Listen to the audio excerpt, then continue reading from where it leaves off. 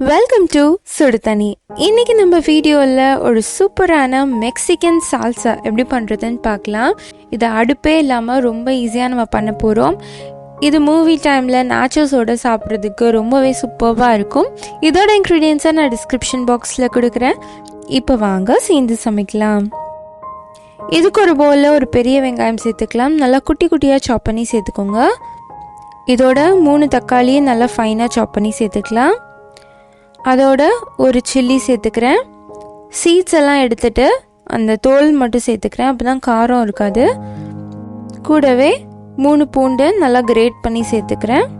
அதோட கொஞ்சமாக கொத்தமல்லி தழை, கூடவே 2 தக்காளியை நல்லா அரைச்சி சேர்த்துக்கிறேன். கேன்டு டொமேட்டோஸ் இருந்துச்சுன்னா நீங்கள் அது சேர்க்கலாம்.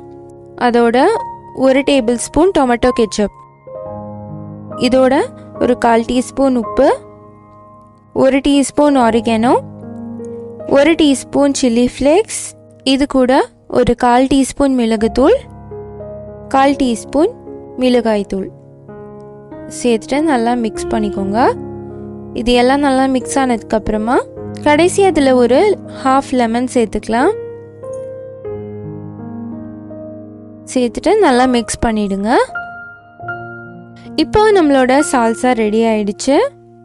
இது ஒரு பவுலில் மாற்றி நம்ம நாச்சோஸோடு சர்வ் பண்ணலாம்.